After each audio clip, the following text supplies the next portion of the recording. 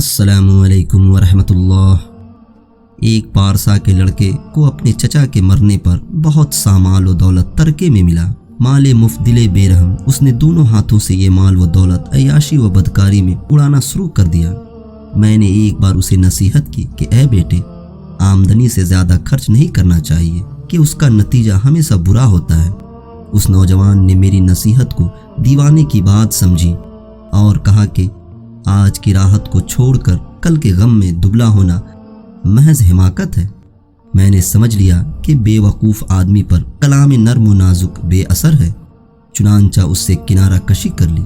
کچھ عرصہ بعد وہی ہوا جس کا مجھے اندیشہ تھا۔ نوجوان نے تمام جائیداد عیاشی اور فضول خرچی میں برباد کر ڈالی، ٹکڑے ٹکڑے کا محتاج ہو گیا۔ میں نے اسے پیوند لگے کپڑے پہنے بھیک مانگتے دیکھا تو سخت غصہ آیا اور جی میں آیا کہ اس سے کہوں کہ کیوں میں تجھے اس دن سے ڈراتا تھا۔ پھر یہ سوچ کر خاموش ہو گیا کہ اس حالت میں میری بات اس کے زخموں پر نمک چھڑکے گی اور اس کے دکھ میں اضافہ ہوگا۔